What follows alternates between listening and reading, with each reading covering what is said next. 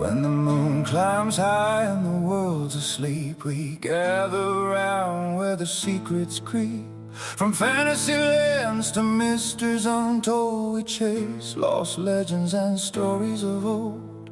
Raise your glass and pull up a chair. There's magic and madness floating in the air. Every page we turn reveals something new, 1,000 adventures waiting for you. Light the candles, set the mood. Tonight we're diving deep where the midnight law society, reading between reality, books and brews and memories, lost in literary mysteries. From the emerald realms we proudly roam. Every story feels like home. Come join the family and see. Welcome to the Midnight Lore Society.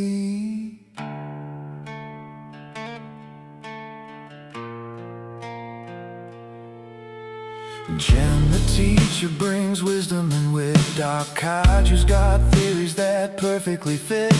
Krittur searching every hidden clue, and Reign the Overlord sees right through you. We laugh, debate, and analyze, uncover truths behind disguise. Adult conversations flowing free, as wild as imagination can be.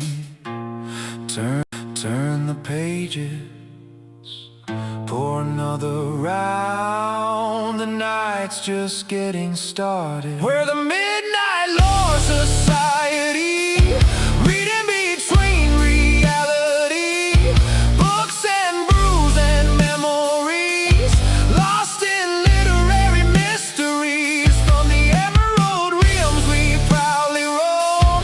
Every story feels like home. Come join the family and see. Welcome to the Midnight Lore Society. Part of the collective family, dreamers, creators, community. Different voices, one grand tale, setting our imagination sail. Through every chapter, every line, hidden meanings we will find. So gather close and stay a while. Let's journey many midnight miles. We're the Midnight Lore Society, where stories spark eternity. Books and friends in fantasy, sharing every mystery. From the Emerald Realms network bright, keeping stories alive tonight. The collective stands with unity. Welcome to the Midnight Lore Society.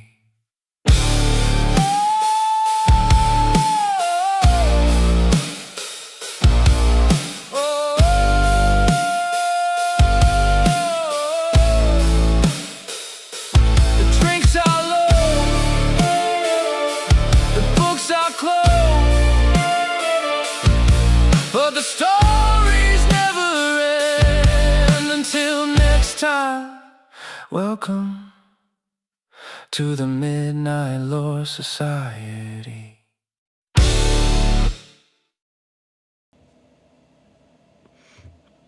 Yeah. What up, y'all? Welcome to the first episode of the Midnight Lore Society, a little adult book club. Is right now is me, Reign the Overlord, and Jenn Da Teacher. We got some holdouts. Hopefully they pop in a little later. Jen, what's popping, mommy? What's up, puppy? How you guys doing? Great to be here. I'm really excited. I actually love that opening. That shit was fire, Miguel. That was What? fire, Darce'lph. What? We make it happen over here. What? Hell yes. I'm so impressed. I absolutely love it. And I'm excited to be here and drop some information, knowledge, and discussions. Thank you for having me. Nah, you gotta bring your wisdom and wit. I think the song said, right? Gave you a little Yeah, flash got my before the wisdom and pearly wit. whites. Hell Rain was good, my brother. Everything's good. Happy to be here. Good. Rain gonna have some shit coming up soon too, y'all. He got on his channel. He gonna do a little D&D talk coming up within the next week or so. So y'all check him out, feel him, feel it out. What you got? What else you doing besides rocking with us? Cause this is the beginning of a lot, right, Jen?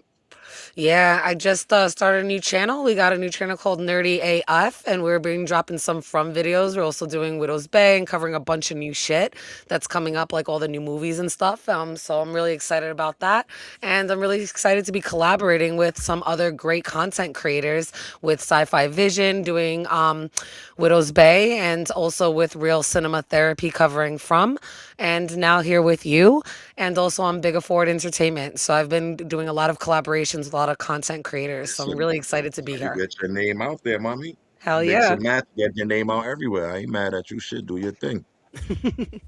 So tonight on Midnight Lore, like I said, this is like an adult book club. So we decided to go with the Shannara series, the whole world of Shannara. For those of you who don't know, it's my boy Terry Brooks. He's done a lot of fantasy world jump offs. We started at the beginning, so we went to the prequel. First, let's get your opinion, Jen. What did you think about the prequel? It was a short story, so it wasn't too crazy.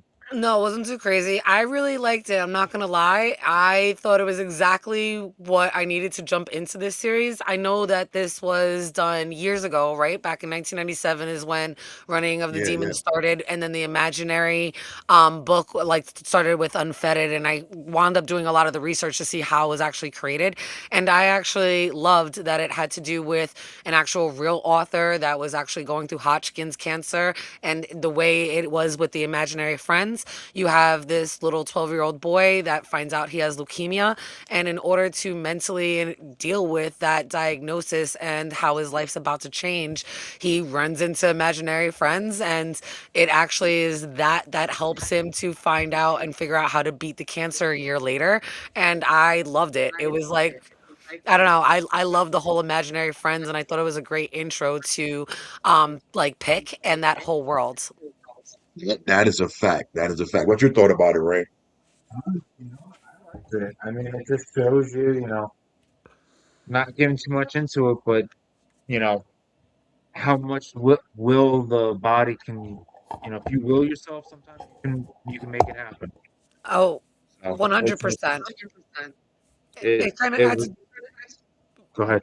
No, yeah, I understand what you mean. Like it almost like a manifest. And the main character, the little boy, almost didn't want to do it because he didn't believe in it until he believed in himself because he was just too scared. So conquering your fears and overcoming things and manifesting that, healing the body, I loved it.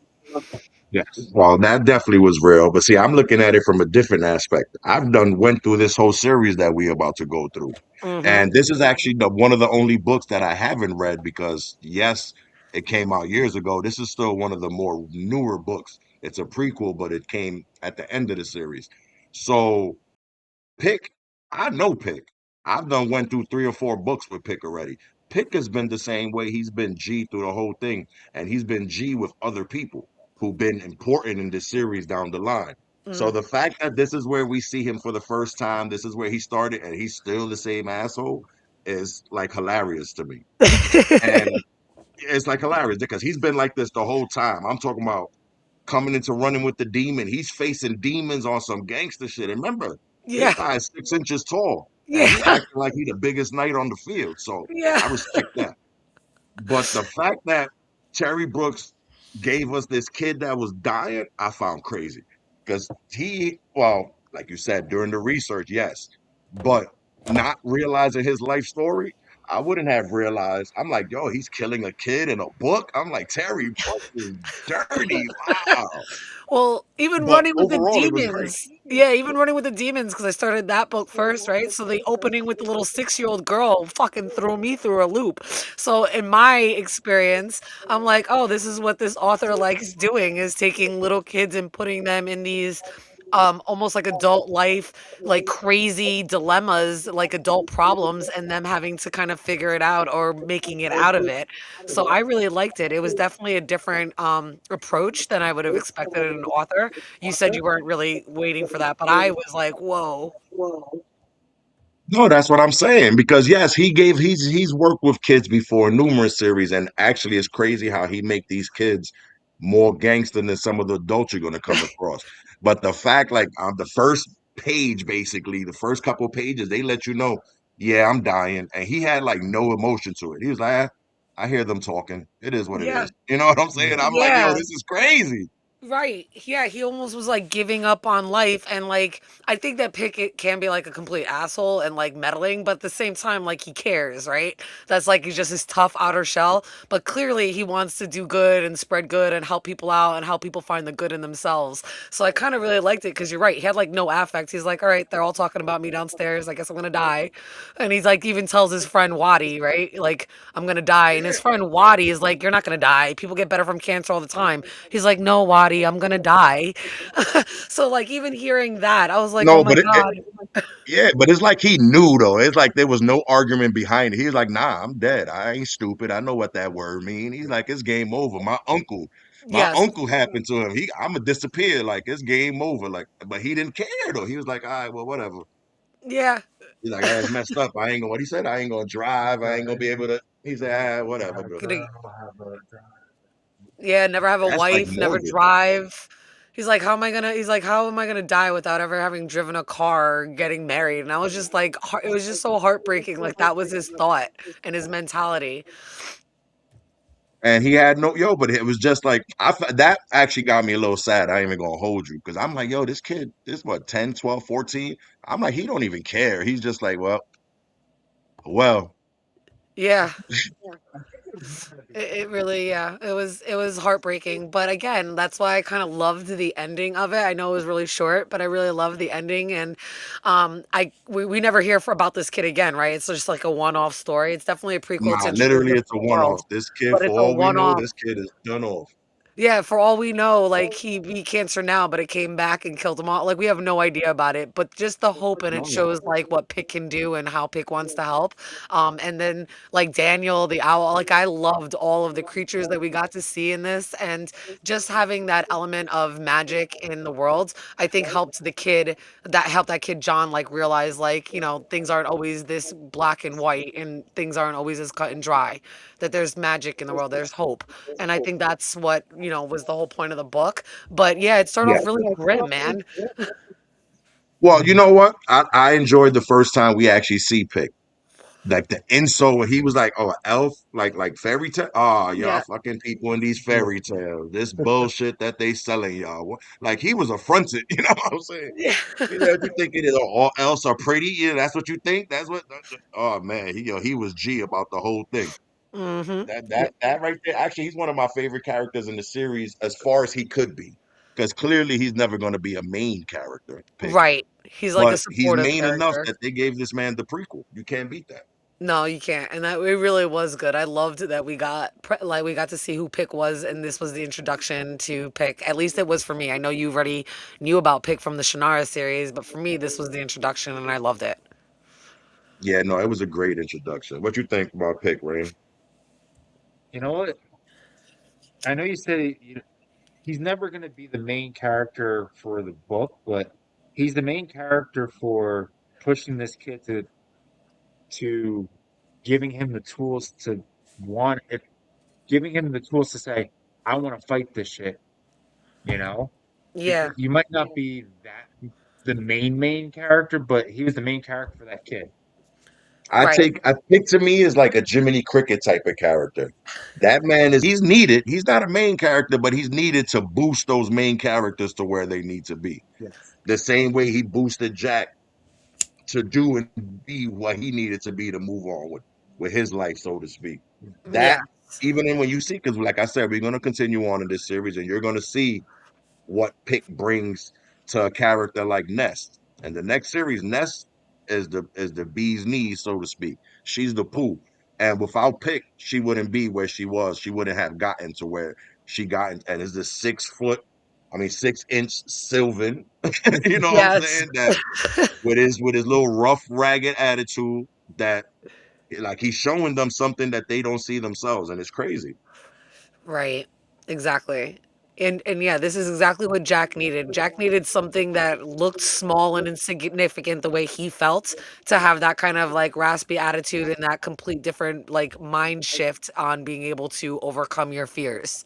A whole fucking dragon, right? This badass dragon that's been locked away in this old twisted like tree, and he's able to shove it back. And if it wasn't for, you're right, he's like a Jiminy Cricket. If it wasn't for Pick, who wouldn't, who couldn't help him because he was locked in that little troll cage, he was able to do it on his own. And it, like, Pick is the one that was the catalyst for that mind shift.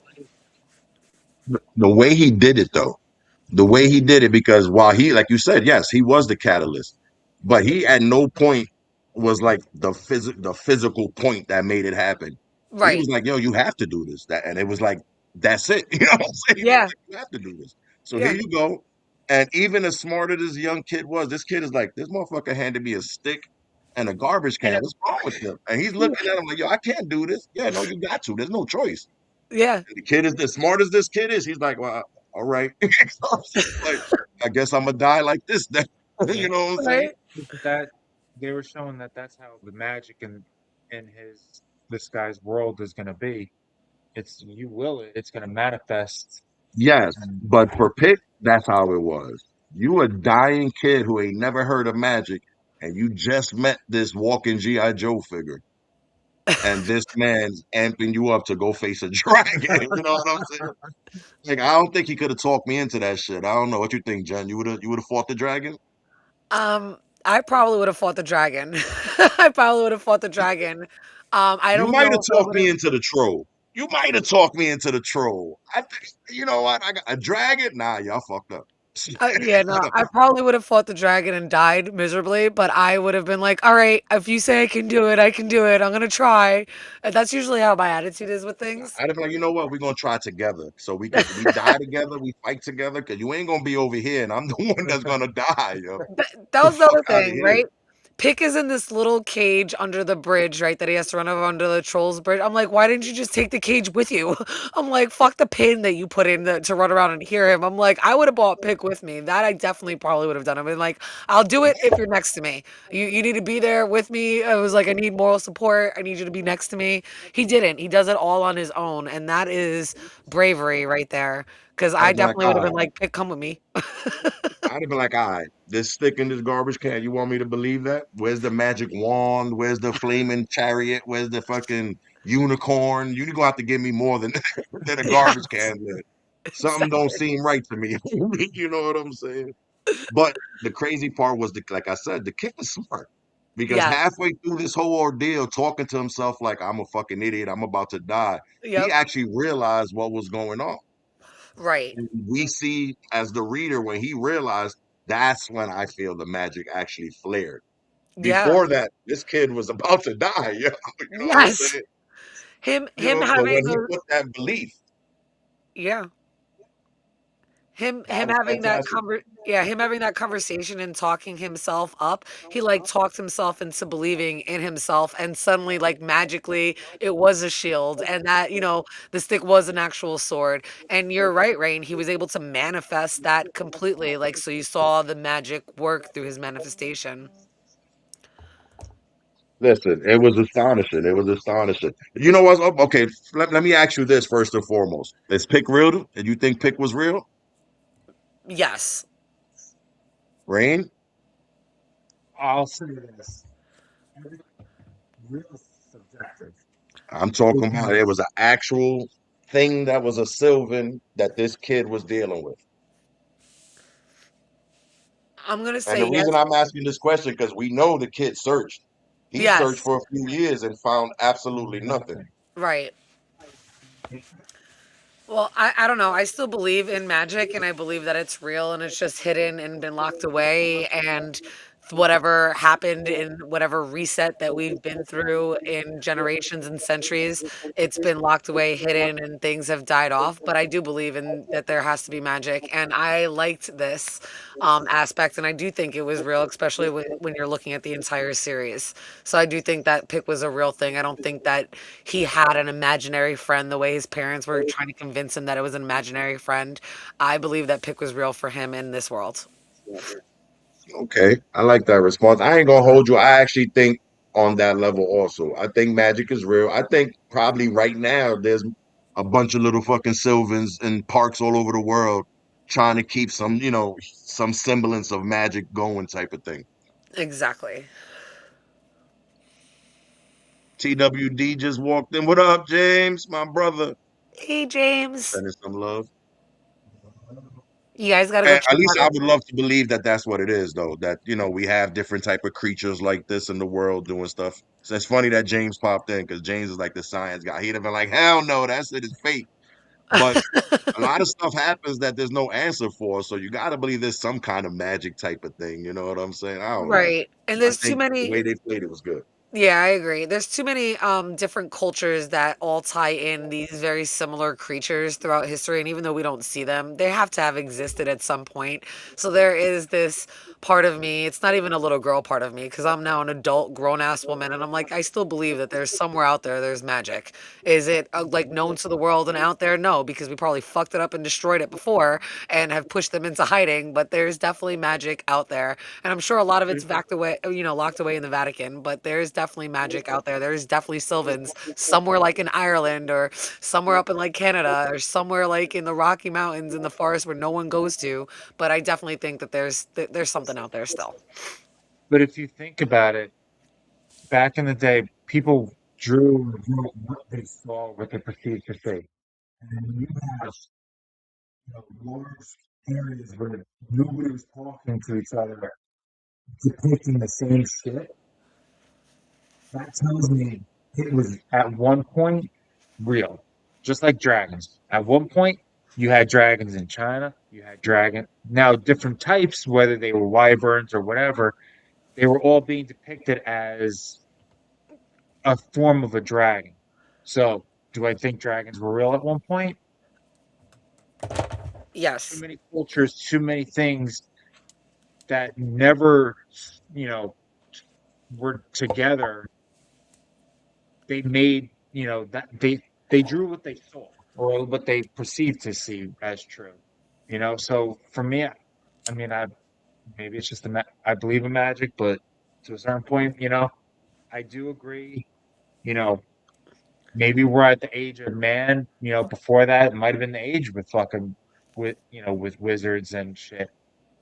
Yeah. And you know, uh, but yeah, I think okay. So as we read along in this series, we're gonna see there come a point that like you said, there's the magic or the things of magic, the people of magic, so to speak, separate themselves from the rest of the world. I actually think that's probably the point we're at in life now.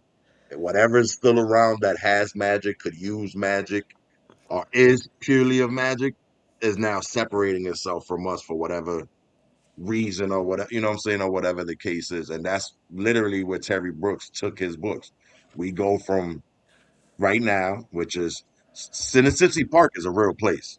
Like, you know Yeah. what I'm saying? So it's literally this stuff can, hypothetically be real, so to speak. Yeah. You can look it up. Cincy Park is in Illinois. Yep. So And that's there's a a real real and there's a real tribe of people because that's going to come into play in the first book and Running with the Demons. The two exactly. bears guy. But it's true though. Yeah, no, it's And all you true. know what I'm That's what saying? makes it so So awesome. this stuff can lead right into, and the way the books have it leads into a world that, yeah, that's not gonna happen. That's impossible. That never, but the way it plays out, you really don't know. It's all possible. And the fact that they started it in like our time, so to speak, Right. makes it, almost like hopeful. Like shit, I kind of hope we get down like that if that's what it's gonna go to. I don't know if you guys did Foundations. I loved like Isaac Asimov, and I liked reading his books. And Foundation came out on Apple TV, and we covered it. And I loved Foundations, and it kind of gave me the same kind of similar idea, where in Foundations somebody has dream about not a dream, but they kind of predict where things are going to be in about 1,000 years, 2,000 years, and things need to change now, or they'll never be able to rectify some kind of like apocalyptic end that's going to happen, right? And they were using something. So that kind of premise is the same premise that's here. And I really liked it because I did read up about the Shannara, the Shannara series, which I'm going to start reading now. I'm almost done with the second book, the night of in this series, the Word and the Void. So when I'm done with this series, I'm going to start in the Shannara. But I was reading it and I'm kind of seeing where this prequel series goes into Shannara, and it's the same idea. Like it's set right now. The Word and Void series is set right now, but it's leading for something that's going to happen like 1,000 years from now, is where the Shannara Chronicles takes place, and I really Yeah, like that. And I loved the fact that John Ross, the main character in Running with the Demons, or one of the main characters, he's the Knight of the Word, and he has these visions for that, far into the future. And that's kind of the they same all idea do. with They Foundations. all do. We Right. come to find out there's more than just him, and they all get these visions. Something they really portrayed it kind of weird, and as we get to those points, I guess we'll discuss it. But something is sending all of them visions. Something is moving all these pieces for certain reasons, and it ends up showing us, like they explain what this is what's going on. But yes, that's how it's done. It's done as visions to these knights of good, so to speak. You know what I'm saying? And it's crazy because the same way something is given these knights of good of visions, something is giving these evil things down the way visions and pointing them in direction. The books get crazy, and you're skipping a series. I don't know if you even realize there's three books that come right after the Night in the Word and Running with the Demon and all that. There's three books, and those books are the connecting books from Night in the Word to the actual Shannara series. Ooh, so yeah, no, then I might be missing. I know that there's 3 books for this. I might be missing something for the Word and the Void. I Yeah, have because now two the out three of the books for three. this. Yes, and then after this, you got like Armageddon's Children, the Gypsy Morph, and basically the stuff that happens in the with Ness and the Running with the Demon, Ness and John, the stuff that Right. happens from then it jumps to something that leads directly into Shannara, so to speak. Oh, I can't wait to read the Armageddon one. Then I want to finish this series first, but I'm just so excited. I'm so glad that you introduced me to this, and I had seen and heard about a lot of it, but I just never had the time. So I am absolutely loving this series. I've already blown through one book and the little short stories. Ah, we gonna get So crazy with it. So I now know I here's my can't wait. question. Hmm. The next one, let's say what, 2 weeks, you want to do another one in 2 weeks, and then that'll be for the Running with the Demon. Yeah, the Running with the Demons. I have that book. That book. I have maybe like 100 pages left, but I already jumped ahead and Yeah, you started a little flying bit through of this. the I like Night of it. the I Word. like it. So yeah, Well, I'm we just can do trying to the make sure Running. we have enough time so we can actually get, I get know. through the book. I know. I'm with Or we you. can split it. It's your preference. Yeah, I love though the author himself, Terry Brooks. He's very much a detailed writer. Like there's a lot of details. He does a very good job of explaining a lot of things in great detail. So like there's been times I have to go back and kind of reread some of that and kind of move forward because I knew we were doing the show. But I'm ready to go with Running of the Demons in 2 weeks for sure. 100%. That's the fact. All right, so then that's what we're gonna do. But the book continuously, the series itself continuously gets better. And then the sad part is they made a TV show off this shit and they butchered it sadly. That's what's crazy to me. Oh, They had so much to work with and they just killed it. oh, that's awful. I didn't even know about that. That sucks. I hate I You a didn't lot of see it? Oh man. no. You remember the old school Hercules? Yeah. Kevin Sorbo type of shit? Yeah. So they basically took Shannara. Not even they didn't even give us the beginning where we at now. They took Shannara from the heart of the fantasy series and made it like a Kevin Sorbo Hercules TV show. The shit was Oh, horrible. that sucks. But yeah, I'm they definitely gonna butchered it. catch it. I'm gonna go watch it. Like I'm gonna watch it at some point this Nah, week. I ain't gonna hold you. I watched the whole shit, Oh but yeah, I'm it didn't definitely do gonna go no watch justice it. to these books.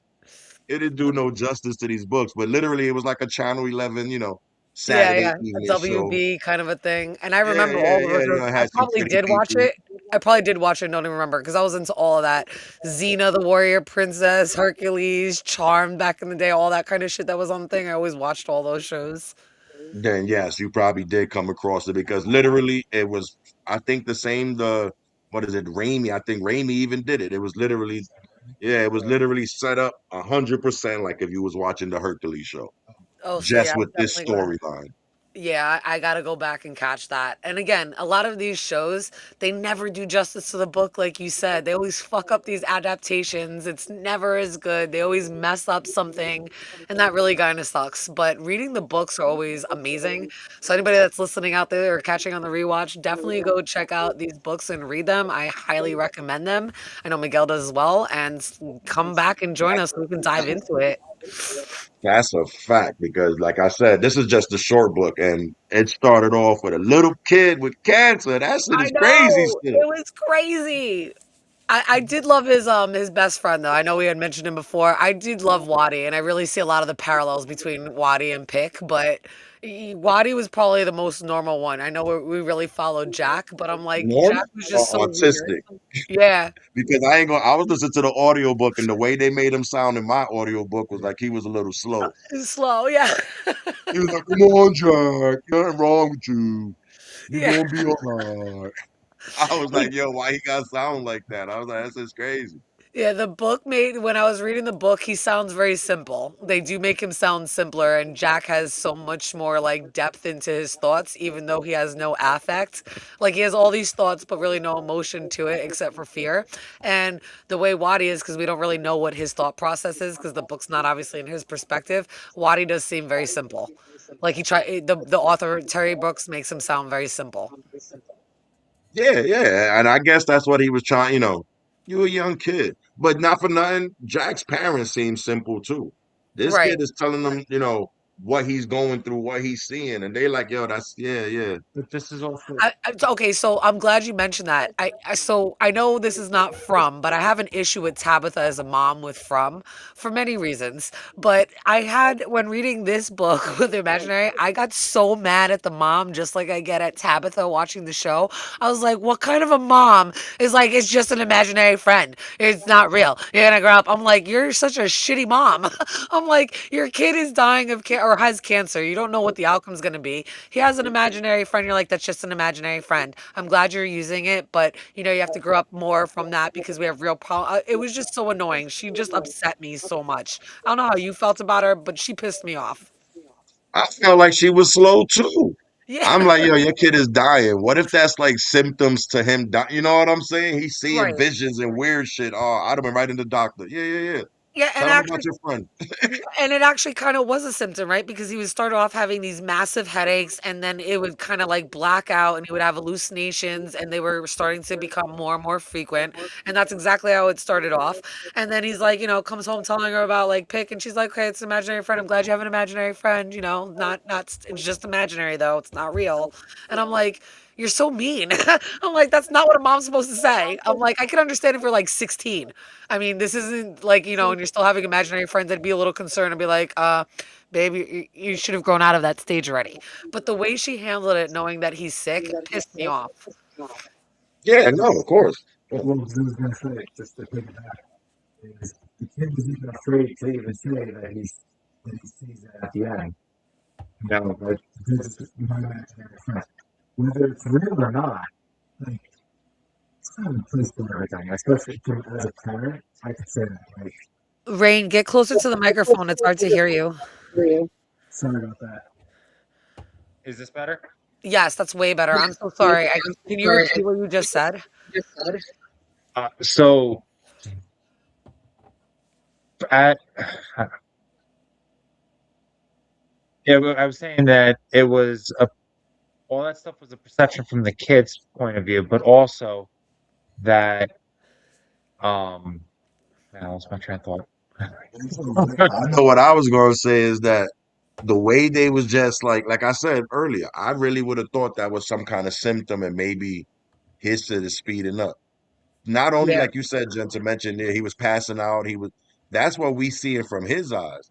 All the parent is seeing is this man coming back with all type of bumps, bruises, and scratches. Nah, something ain't right. Come on, we going to the doctor.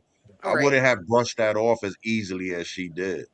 right. And clearly Exactly. they felt some type of way because literally in the story when he first started talking about it, him and the moms and the pops kind of, and then to turn around and still kind of brush it under the rug like that. I Yeah. might have followed that motherfucker. Like, you know what? Let me see what he doing. Yeah, even ask more questions and kind of find out more. Like they didn't really take an interest to it either, which I would have thought that they would have. Like just taking an interest. Like this might be the last time you can really like bond and share something with your son who now has this like diagnosis of cancer, and the way they brushed it off was just, I was just upset about the whole thing. I was like, your parents Yeah. suck. And at the end, I mean, he even said, I'm not going to say anything about my imaginary friends anymore. Like, Right, if right. Just if like Ethan said. if your kid can't come to you for Mhm. stupid shit or serious shit, whatever, at the, at that point, it was something serious that he was trying to go to his parents, and to get dismissed like that. Yeah, I kind of agree with you. Yeah. Waddy was dismissing his ass too. Let's keep it real. But Waddy was just dismissing the fact that he wasn't gonna die.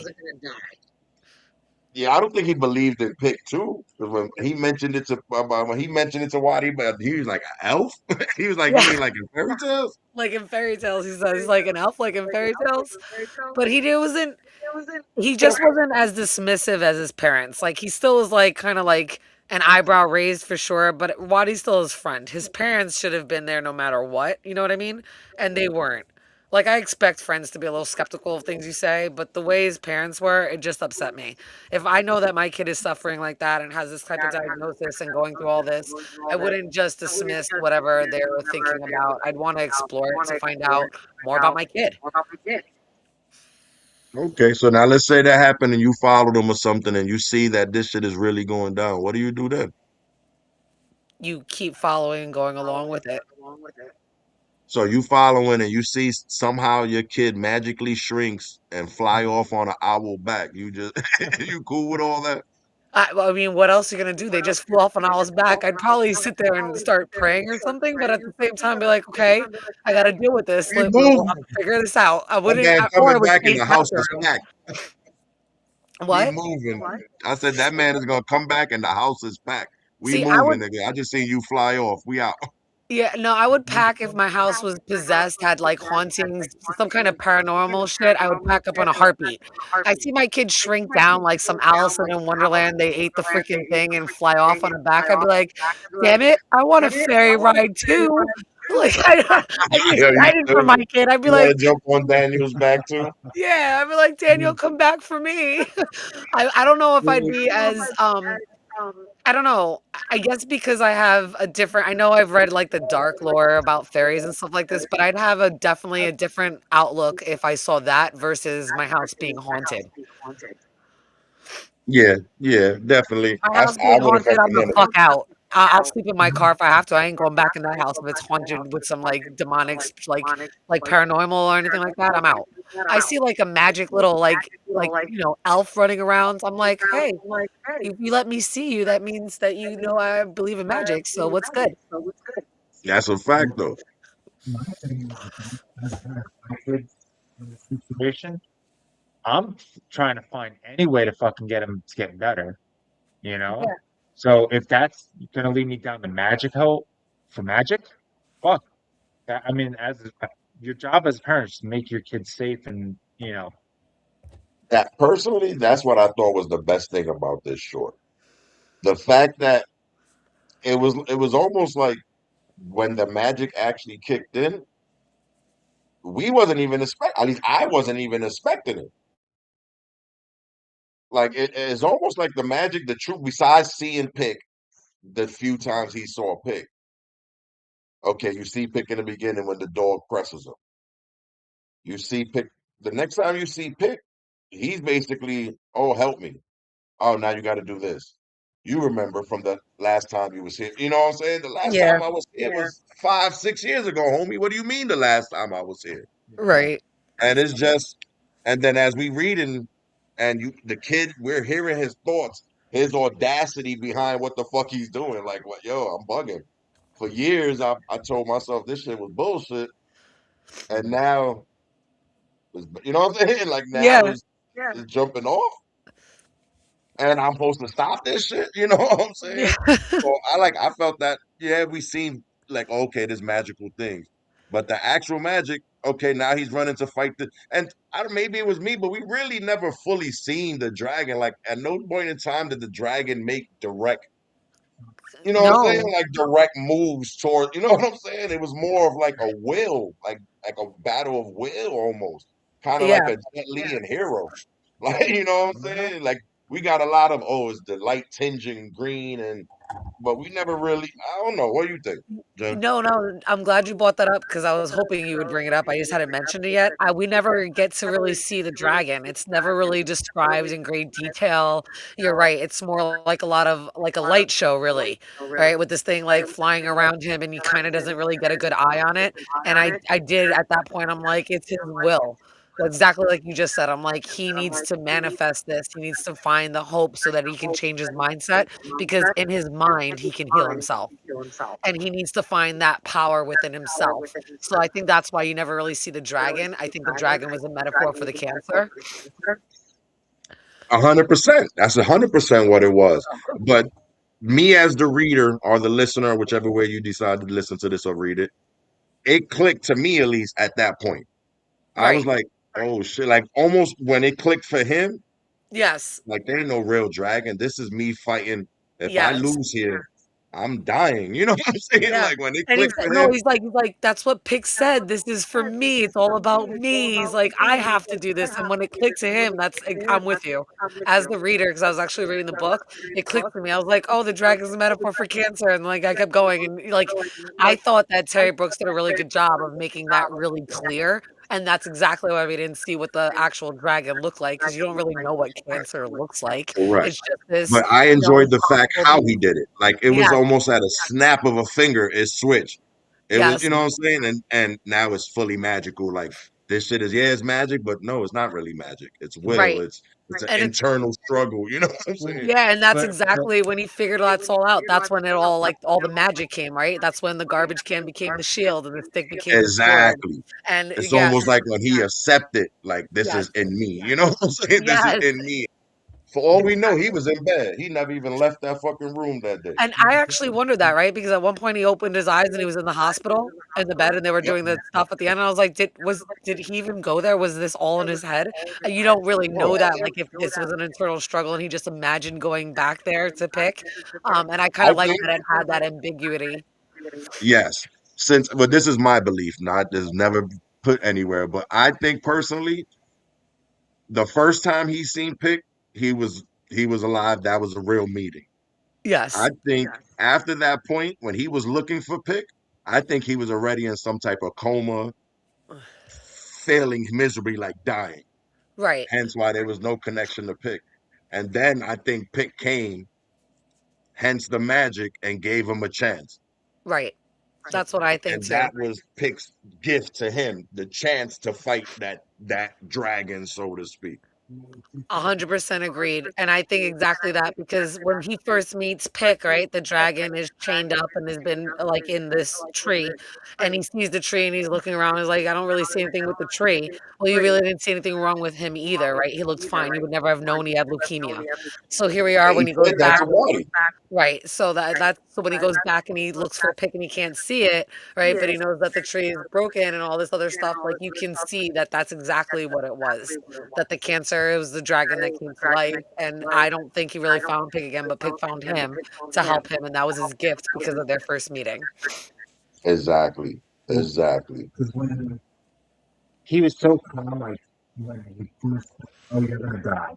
He was so calm about it, and that's.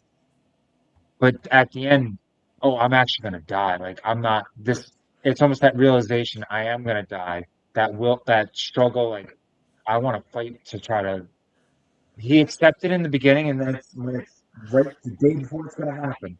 Whenever it was gonna be, it's like, oh shit, I'm really gonna die. Like there's nothing I can do, and that's where it almost feels like the magic came in, Right. or the doctors or the medicine or wherever whatever way you want to feel how it happened. But it was almost like the last moment. That's where it was like, oh crap, you Right. know.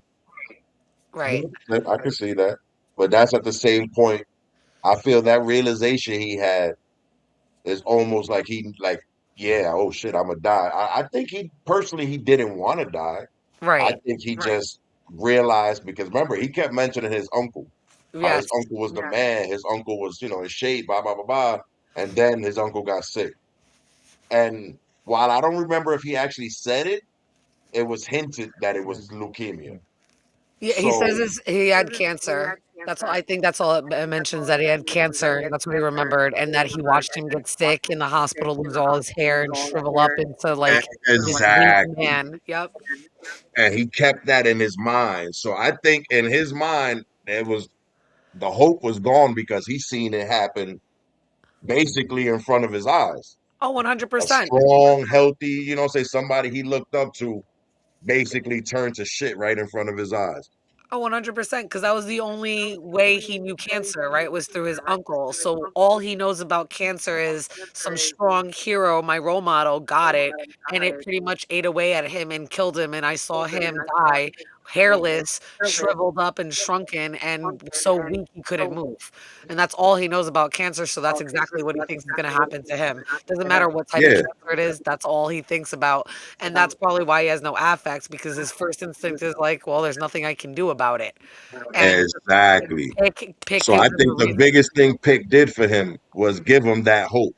Yes. And that hope was in that realization. That's why I feel those words held so much weight. Like, oh no, I'm actually, you know what I'm saying? If I lose this, I'm going to die. Like, Yes. that's when he truly realized, wait, I actually have a chance. And if I fuck this up, you know what I'm Yeah. saying? This And is game over for me. And and that's when you go when good. shit happened. Yeah, and when you go back and hear Pick says exactly what it is, but it didn't register to him that it applied to him until that like eureka snap moment, right? He's like, "Wait, I have to do this because it is about me." Like he didn't realize that. He's like, "No, you have to fight the dragon. It's about you." And Pick tells him that, and he doesn't really get it, and it finally like clicks in, because again, it's Pick's gift and Pick giving him that hope. But I actually really loved it, and I like that it was just a quick snap moment because it all just made sense and kind of clicked for him, just like it did for the reader. Correct. Correct. And yes, Pick was basically walking him through it. Pick said, I'm gonna be with you. He Yeah, wasn't literally there, but he said I was gonna be with you. And the fact that he was like, and he actually mentioned it when he was like, I don't even know if Pick actually didn't have his magic. Because remember, that was the bullshit. Oh, this cage, I can't get out. Oh, my magic. Oh, there's yeah. gotta He's be, like, my you know what magic's I'm gonna. saying? Yeah, Like looking back at it, this motherfucker was over dramatic as a motherfucker to get this kid to have this hope to yeah. possibly live. And he gave him that Sylvan pin, right? That little pin so that he could hear him to Little kind of pin, give him yes, that comfort. He's basically. like, I'll be with you. But when he started running around in the chaos of his own fear, he lost it. And when he's like, "Oh my God, I lost it," and now he knows he's been running around the woods, there's no way he's ever gonna find this like little silver pin. So that's where he kind of starts to remember what Pick told him, and that's where he has his like eureka moment. But I liked the fact that he started slowly, right? He took a step. He was like, "All right, if he can't come with me because he's in the cage, I guess I can try to do this on my own," right? And then he obviously lost his shit and didn't believe in himself at all. But then he picked himself back up again. So I like the little roller coaster moment because I felt it was so real. That's exactly what we would do when we are faced up against some type of obstacle that we don't want to overcome or don't believe we can overcome. And the roller coaster of emotions that we saw Jack go through, I felt that's what most humans go through. I thought it was just very relatable. The sad part about those, we were looking at it through the eyes of like a kid and just thinking about, you know, this kid's, not giving up and he's still believing in hope. Mhm. Well, now I would Yeah, say because of Pick. That's Right. the magical gift he gave him was hope. yeah, Yeah. He gave that kid hope. And with that hope, that kid, we gonna have to assume that kid lived a long and healthy life. We would have to hope. Yeah. And if the kid was actually this dude, Terry Brooks, yes, he did. Yeah. Yes, Exactly. he did. Thanks. And that man got bread. And he's still writing these books. Because like I said, we're gonna keep going. So you're gonna see. So he's still writing these books. And they just get better and better as he go through. Yeah. I loved the fact that, I felt like he got the hope like we mentioned, but I felt like he as a 12-year-old boy didn't even know what it was to have hope, and because of the diagnosis, he automatically gave up on hope. Like, he didn't even try to have hope at all. He probably didn't even know what it was. He never needed to kind of have that as a 12-year-old boy. So Pick really kind of not only just gave him hope, but kind of showed him how to find it. Like it takes effort to have hope. You have to face something to have hope, and you have to believe. And that kid actually, Jack wound up having that. He was able to believe, and not only just in himself, but believe that there's something else out there, right? Like in Pick and everything else. And that's what kind of showed him how to have hope and that you have to fight for hope. You That's a can't just sit fact. on your ass. You can't just sit there and do nothing. And I think that was the other part of the realization, especially for a kid. You want your mommy and daddy to do everything for you. The fact that he realized I have to do this for myself as a kid was I thought, well, he wasn't 12 at that point. It was a couple years later, but still, he realized he had to do that for himself. That's a fact. That's a fact. So what do you okay, but from this point, clearly we know Jack is not going to be involved.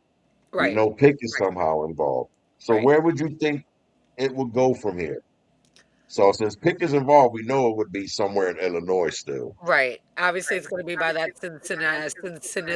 It's like Mississippi, but Cincinnati. I can't say it right. Mississippi, I think. I could be saying it fucked up. If I am, No, I'm sorry, but I've been no, calling no. this Mississippi.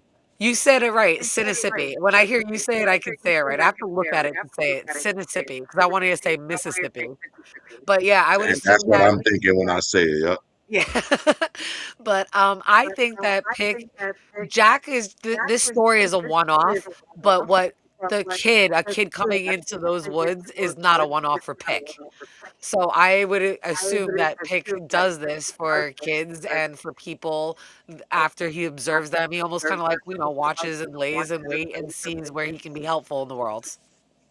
That funny. That's where my thinking was. If this order, the way we're reading it, which is chronological, if this was actually the way he made the books, it would have been bugged out because literally that's how I would have felt after hearing or reading this book. I would have been like, wait a second. This ain't the first time this little dude been fucking with kids. Right. It's definitely You know not. what I I'm agree. saying? On some no diddy shit. You know what I'm saying? You know what I'm saying? You know what I'm saying? So this ain't the first time. This man has been magically in tune with kids. You know what I'm saying? So who knows for how long? So then I would have wondered, damn, I wonder who's going to be the next. And it's Right. crazy that the next becomes one of the most important pieces to the puzzle going forward. You know what I'm saying? Yeah. Because the next one is Nest, right? That's what we would assume. The rest. Ness Fremart. Nest Fremart. I I love the actually wonder if she actually lived in the same fucking house. Now I'm gonna have to do a little more research.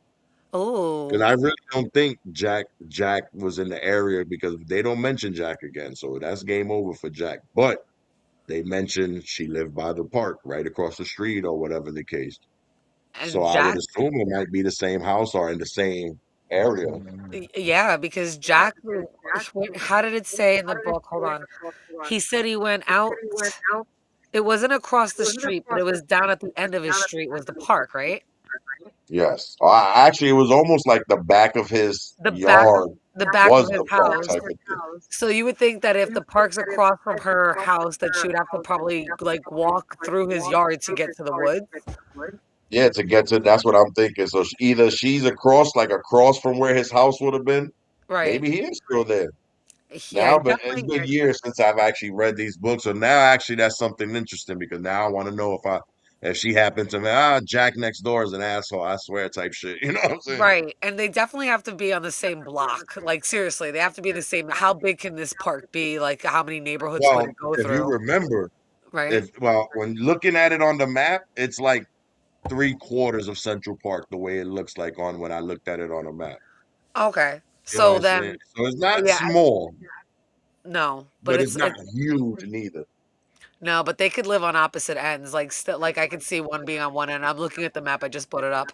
You're right. They might not be in the same neighborhood now that I'm looking at it, but still, they're in the same town. It's like right there. They have to have known each other, even though he's never mentioning it. Exactly. For sure, That's what hundred I'm percent, saying. hundred Or percent. I want to receive because again, it's been so many years. I want to see if Pick and his dealings with her mentions him. Ooh, You yeah, know what I'm that would be saying? really cool. You're a stubborn little shit like fucking Jack I used to fuck with. You know Jack. what I'm saying? Yeah, Because again, going through it the first time, it wouldn't have stood out because I would have been like, who the fuck is Jack? Right. I But gotta. I would have Like I respected it said, back. so far in running with running in demons, his name has not come back up, and I'm like around page 300 and something, 354. So I think I have like another 120, 30 pages left of the book. They still haven't mentioned Jack, but I mean, I haven't finished. Like I still have the Night's Void and the book right after that one. I can't remember the name of it. So I would like to see if Pick mentioned him again. I would like him to at least like one little reference just to see, but That would be I spectacular. will. But again, because I read it when I read it, I wouldn't have even thought to keep that in the memory bank. You know what I'm saying? I'd be like, who the fuck is Jack? And I would Right, have just kept on keeping on. But right. it would be spectacular if it does happen. I One little almost wish that snippet, you like know what I'm saying? You know, I swear to I God, you almost wish remind me just of Jack. it'd be cool if they like if Terry Brooks was able to like retcon his own book and like throw in a one liner like that just for readers, like the new generation of readers. That'd be great. That would be spectacular. Dana used to love the TV show,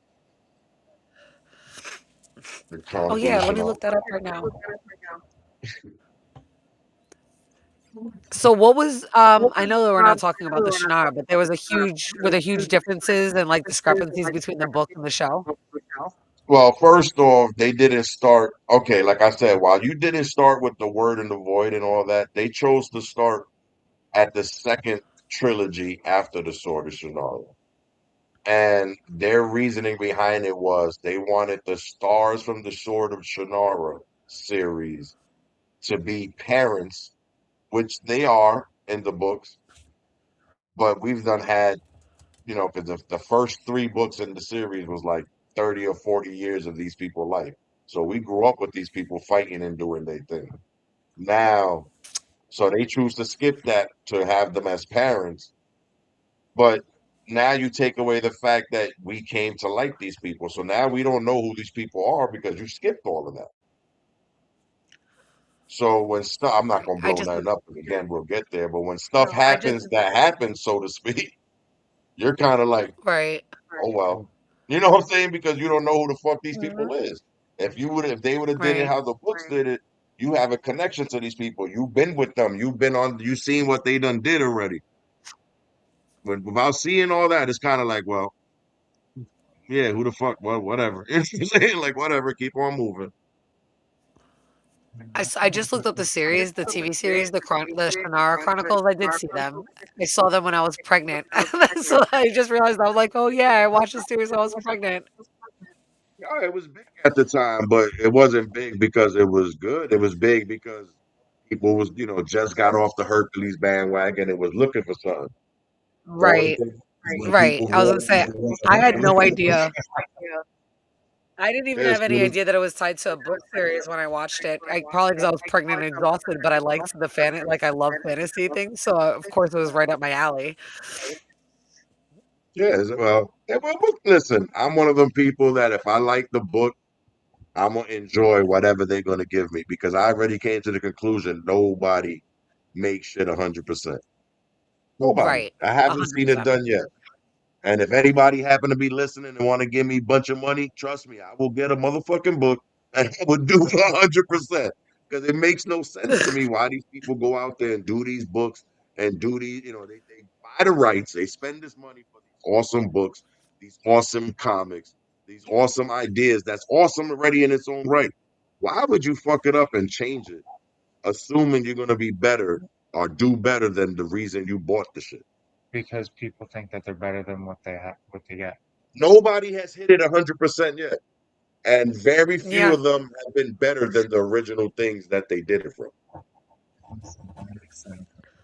I agree. And even when people buy books, like think like look at like Game of Thrones. I always go to that because George Martin was on set with them, was there with them, and that shit still got fucked up. I think, but you know what? He even said it to them. When it came time, they fucked up because they just chose to skip mad shit. Nah, it's not important. Nah, it's not important. Nah, we don't want to do that. Right? He didn't give a fuck because he was getting paid. Nah, don't do it. Nah, who cares? Nah, fuck it. Towards the end, Right. though, oh fuck. Yo, we need like 8 more episodes. What you got for us? Not a damn thing. Yep. He's writing books as they were. That's why. So he's not. He was like, I'm not gonna rush this last book because y'all skipped 3 books, motherfucker. Who the fuck y'all thought it was funny to skip those 3? Better do a motherfucking pre. Because and that's what happened with that. Hence, that last season they fucked up big time. Why? Because they did that shit without nothing to do with that last book, and he didn't care. All right, yeah, do it. Once I write my book, y'all gonna look stupid. Y'all gonna look stupid. So whatever, do what you want. How much you gonna pay me? Yeah, thank you. Have a good one. I'm gonna write my book, and I'm gonna write a little thing in the front of the book. I don't know what the fuck they did in that TV show, but here's the truth. You know, and he left it at. And the last book for his fans was, it was what it was. But the last season flopped horribly. That's it. Yeah, It it was did. what it was. And that was sad because that was a spectacular show all the way up into that. Yeah, I dedicated almost 10 years of my life to that show, and I was let down horribly. Listen, that was like some people with Lost. A lot of people was real upset with the ending from Lost. Yeah, I wasn't upset with I well, at the time, I guess I was upset with the ending, not because I didn't understand it, but because I thought there was going to be more to it. That's why I was upset. Like I used to follow Right. it to the point that the internet was just starting and they was giving us shit on the internet you can find and they was giving you phone numbers to call with connections and they was getting pressed and people know it's purgatory. Nah, it's not purgatory. Trust me, it's not that. That's what they kept saying. The producers, the writers, nah, you're Right. all wrong. And then at the Right. very end of it, so what? Give me purgatory. That was like an insult. Now I'm like, I feel like, why did I even watch this shit? Right. And you almost felt lied to and betrayed. That's why when they're like the TV show, Exactly. I'm the like, why did I showrunners even from watch this this say shit? it's not that, I'm like, we'll see. It looks like when you have I would those have took that. Not to cut you off, my brother, but I would have took that. We'll see. You know what I'm saying? But to tell me, nah, y'all bugging. That's not it. And then to make that it, okay, now you just smack me in the face. Fuck y'all. You know what I'm saying? Yes. you have too many chiefs and enough Indians. Everybody wanted to put their 2 cents in. Then they realized, oh crap, we really don't have a good ending for this now because we supposedly eliminated. It's Well, but the whole, but see, that's bullshit though, because the whole thing behind Lost, they always preach. We have the first episode and we have the last episode, and we'll figure out the middle type shit. That was always their big, and people was like, oh my God, what's gonna be the ending? That's why people was always throwing shit out there. Oh, it's got to be this. Oh, they in hell. Oh, they in heaven. And millions of people was like, yo, it's got to be purgatory. It's got to be.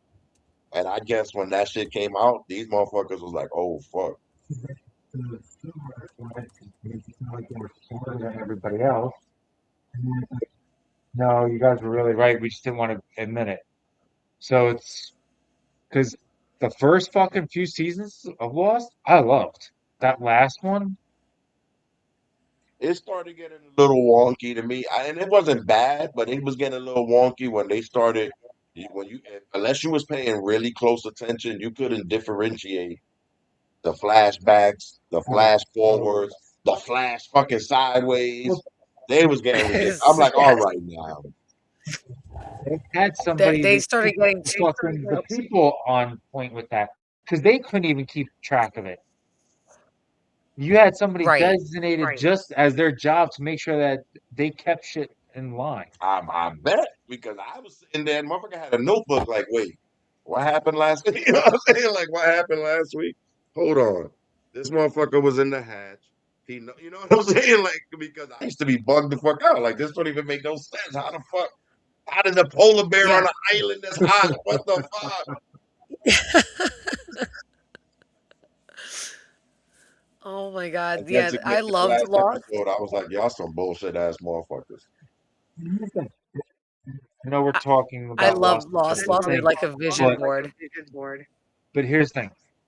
I think they try to go around it by not having the main character, and they try to have it be Hurley as the guy who's gonna be the island protector. Like that was gonna be their like big surprise with it, but for me they just flopped with it because you're trying to outsmart what you've been building up to. If he was supposed to be the main character, you make him the main character.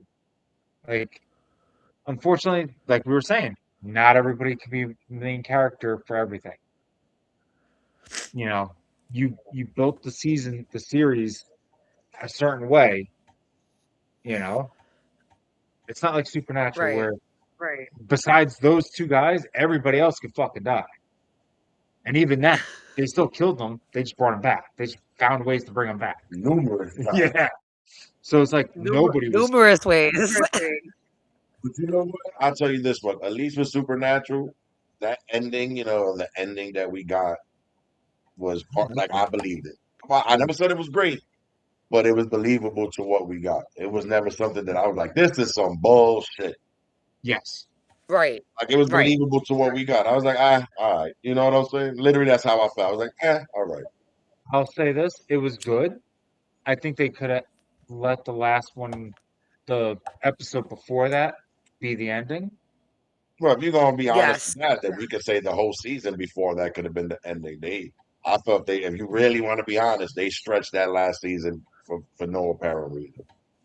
We had the whole God thing. We had the Mrs. God thing or whatever that other. I forgot her name, Mara or whatever her name. Yeah. Why Yeah. are we still even dealing with this God shit? Especially when you saying that we got God's son over here, the devil's son, and he's just as strong, if not stronger than God. Why we dealing with To get rid of God's powers and to make them. that? Exactly. So they basically effectively said God was evil. You know, that's what it's crazy. Why we Yeah. had to go that far? There was no need. There was no need. Gonna not gonna disagree with that. You know what I'm saying? They was ahead. They was ahead because the darkness was this chick. God was still, God, for more or less, and they're like, you know what we could do? I bet you we can make God evil and it'd be awesome. Like, oh no. Oh no, I can't believe this. I know the church went crazy. I didn't look into it. I gotta look I into was it. just I'm watching pretty a sure the show. church. I What happened? I just watched a show where that was like the whole idea that you could be like a god, but then even though you were like a god, you could still be evil. Really? And Yeah. what's that I called? gotta hold on, give me a minute to think. I'll tell you what it is because I was just talking about it with somebody. Hold on. I gotta think because I have so many shows and books on my mind right now. I gotta think what it was. Just having this conversation. That's awesome though. You're supposed to have mad shit on your mind. That's awesome. Especially when it's good shit. Um, So, I'm watching shit. mad shit too. That Widow's Bay, like you said, is fire. The Burrows is bugged out. I don't know if you Yeah. followed that. Widow's Base Fire. Which one? Now the Burrows, that shit on Netflix, I'm the doing what Burrows. oh, I did the Burrows. I just did the Burrows. I did Widow's Bay. I'm doing Widow's Bay from no, I think was it Obsession? It was a movie that I just saw. It wasn't Masters of the Universe. Trying to think what the hell did I just saw that you could be a god but still be Masters of evil. the Universe that's The Loki. He-Man. Oh no, yeah. I'm trying to think. I'm just running through the movies. It was the Loki bastard kid. What the fucking horror movie with the Loki bastard kid? Oh my god. It'll come to me and I'll let you know what it is. I just watched it. Oh, I actually just I wish finished up Pantheon. That was actually pretty good. If you haven't seen that, what? put me under that Discord. That shit is it's an animation, but it's basically like you ever seen a TV show called Uploaded with that pretty boy? What's that pretty dude name that everybody likes? I did Anyway, not I see don't know. Uploaded, but I know the show. Yeah, it's like an Amazon or whatever show, Prime show type thing. Anyway, Yeah. it's something like that, but they gave it like a real dark twist. You know what I'm saying?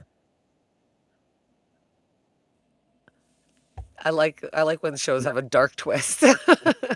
No, it made it really good. I ain't even gonna hold you because okay. If you and Uploaded, their gist was you paid when you was sick or you was dying, you would pay to get your mind uploaded to this, to the server. And the better Right. you pay, the better the package you pay was. the life you live, because it's a computer. They give you mansions and whatever food you want, or you would live a shit life. You know what I'm saying? If you didn't pay a good deal. So this dude, this pretty dude, which he's Stephen Amnell's little brother. I can't remember his name right now, but Stephen Amnell's the hood. Uh-huh. Yeah, it was created by Greg Daniels, and I still can't see the fuck his name. Yeah, it was a Prime joint, but basically the gist of it was that he was uploaded because he was messing with this rich chick, so he was living good.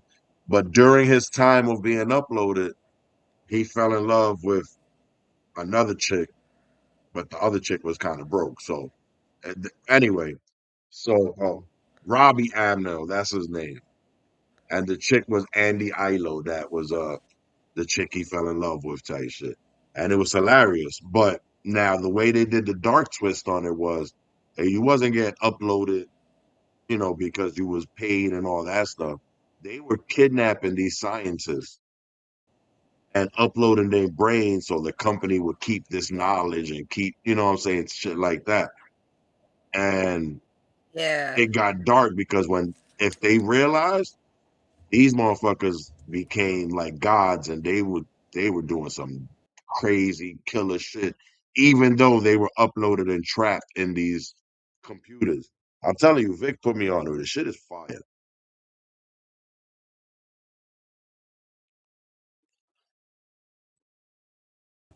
I'm If trying to you find haven't seen I it, know y'all what the need premise is to. of the movie. I can't remember it. It's like a guy dies, like the four friends are like there's five friends, they're hanging out. One of them dies because somebody robs like a liquor store. Three of them are outside, two go inside. The one dude wasn't able to save his friend. They go hiking in Switzerland, and when they're hiking, they go into like, the forbidden forest that they're not supposed to go in because one of their friends gets hurt. And that at one point they realize that there's this like ancient god in the wood, and the god used to be good. But when you have godlike powers, you can still become evil. That's where I'm trying to think what the fucking name was. Jesus Christ, I just watched this movie. It's a 2026 movie too. It's brand new. How do I So not would remember you these? be evil if you had godlike powers? Is that what you're telling me? Um, I guess it's almost inevitable. I think that's what the point was, that no matter if you have these godlike powers for so long, it's inevitable that you become evil. And I guess it Like kind of that joint depends. with Jim Carrey. What was that joint Yes. with Jim Carrey? Oh my God, what's the name of that? Oh, I God, can't I'm remember the awful. fucking name of that. Almighty, Me, Bruce Almighty. Bruce Almighty. Good. Now, because Yeah. remember, he started with little shit. Let me bring the moon closer so my girl like that. Let me make my girl boobies bigger so they look nice. And his little reaction would do would spin off in totally crazy ways. You know what I'm saying? Right. So yeah, having godlike powers, if it's not wielded by actual God, it can obviously turn somebody evil. Exactly. And it might not even be purposely. The dude pulled the moon to, get some skins with his chick and make it all romantic. Killed 10,000 people from, some starvation because their lands was horribly left in Right. darkness type shit. Right. And it's things like that that you kind of it's like almost like the effects, like the cause and the effect that you don't realize that you'd have because you're not omniscient and you don't know everything, right? I'm innocent, so I actually yeah, I think if I had those type of powers, and I think it's greed. Eventually, I think everybody would turn evil at some point. They might last a long time before they do, some might not last a long time, but eventually you get greedy because you starts off with little things and you might not realize it until it turns you, whether slowly or quickly, corrupt. I think it happens right when you tell yourself, who's going to stop me? Yes. That's the Yes. switching point, right? Right Yes. there. Yep. Up until then, if you tell yourself, oh, but the cops and it's wrong and it's not the good thing, and that once you be like, but wait a second, who gonna stop me? Yeah, it's Game the over. accountability piece. It's that accountability piece. Once you're no longer accountable to anybody, You're right. That's that turning piece right there, that accountability level. Listen, that's what saved the world with Superman. And that's what gave the boys Homelander. That's switching the button. Wait a second. Who the fuck gonna stop me? Yeah, exactly. You're 100% right. And Superman's the motherfucker that they would have threw handcuffs on. What he would have did? Walked off with them handcuffs on. Right. Just The like fuck, pull them man? apart. You letting them drag you off. The cops. You know those. But you could rip the yeah, I could rip the whole fucking building in half. But they cops. You know, you know what I'm saying? Once you say, Exactly. "Who gonna stop me?" It's game over. Right. That's yeah. But it's getting a little late, Jen. We all been over about an hour and 15, and we stretched out the short story for real, for real. Yeah, So for real, what for you want real. what you want to do? You want like you dead ass for the 2 weeks? Yeah, we can do Terry Brooks in 2 weeks. Wait, I want to just know what the date is for that. You'd have to look. It's a It's the Tuesday, right? 14th No, of no. The only May. reason why is because I got a kid graduating in 2 weeks. Yes, definitely congratulations. Well then get back to me and let me know because it could be that we'll do the three if anything. This is what? This is Tuesday? Yeah, so it'll be Oh the yeah. 23rd. I mean, so So that should be yeah. Let me get back to you because if we don't do the 23rd, we'll do the very next week right after. Because I'll be good to all go right, no matter that what. sounds I just good. have the end of school year and graduation stuff.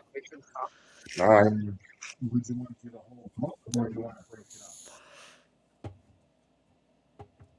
What happened? you want to do the whole book or you want to break it? Uh, let's be ready for the whole book and see how long the stream goes. I mean, I'll be fine. Summertime hours for me. I won't have to work, so we can do the whole book. All right, fair enough. Be what it be. It ain't. It's a little. It's definitely longer than this short, but it's not horrible. No, I'm holding the book in my hands as we speak. The Running with Demons, I have it. I literally have to finish like 150 pages and I'll be good. No, whatever, Ah, 125 that's pages. hilarious. Too bad. I I'm really literally don't need holding the 2 book. weeks, so let's be safe about it. All right, but we gotta give Rain because I don't think Rain Rain has damn near read it already. I read it already, but So yeah, I'm gonna Rain, read whatever Rain. you need, you let us know, honey, and we'll pick up whenever you're ready. Because I'll be ready with this book for sure. Whenever you are. That's a fact.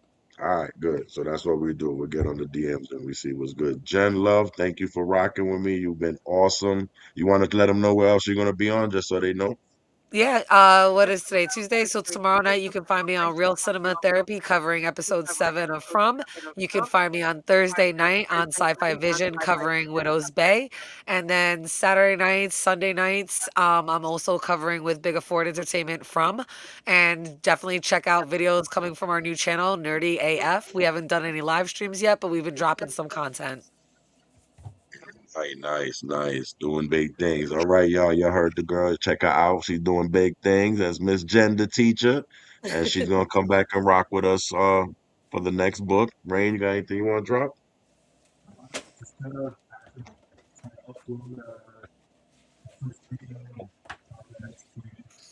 Some Dragons talk, probably my first one, so excited about it. All right, good. So y'all hear the man, follow him. Also, he's gonna be, from what I'm told, he's also gonna be on Sapphire Heart's channel doing a little cooking battle because Rain is more than just a reviewer. The man got some cooking skills. Oh, I definitely need to check that out. That's a fact. So like, add Sapphire Heart as well. See him get his ass beat because I think he gonna get that ass beat. At least that's what she said. She said she gonna beat his ass. He can say what she wants. No, it's not nothing. So we'll see. We'll see. I'm gonna be there laughing in the background. I'm gonna be a judge, and I'm picky as fuck, so I feel bad for their ass. Word up. I'll be watching along, wishing I was tasting every bite. That's a fact. That's a fact. But again, And if you don't, you fucking, I got perfect food for you for the rest of the time. that's but thanks anybody who came out to watch. Thanks Jen for rocking with us, and let's keep on keeping on. Bye.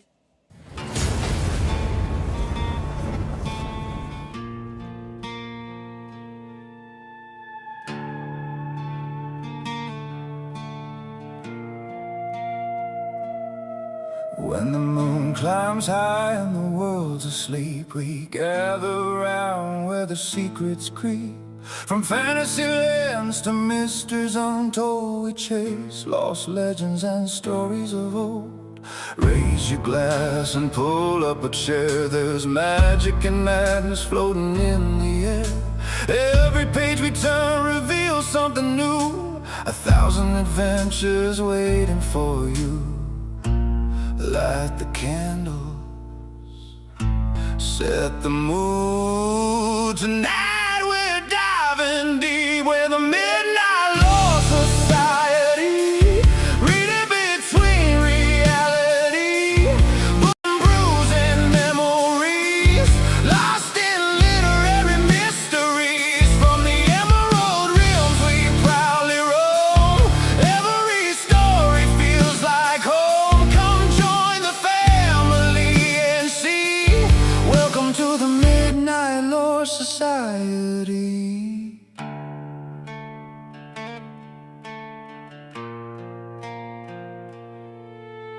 Jenn Da Teacher brings wisdom and wit. Doc Kaiju's got theories that perfectly fit. Krittur searching every hidden clue, and Reign the Overlord sees right through you. We laugh, debate, and analyze, uncover truths behind disguise. Adult conversations flowing free, as wild as imagination can be. Turn the pages, pour another round. The night's just getting started. We're the Midnight Lore Society, reading between reality, books and brews and memories, lost in literary mysteries. From the emerald realms we proudly roam. Every story feels like home. Come join the family and see. Welcome to the Midnight Lore Society. Part of the collective family, dreamers, creators, community.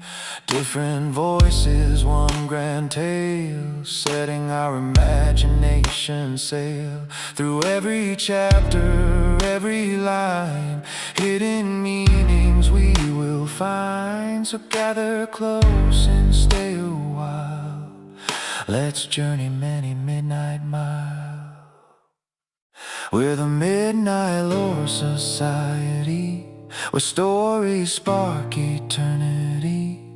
Books and friends and fantasy, sharing every mystery. From the Emerald Realms network bright, keeping stories alive tonight. The collective stands with unity. Welcome to the Midnight Lore Society.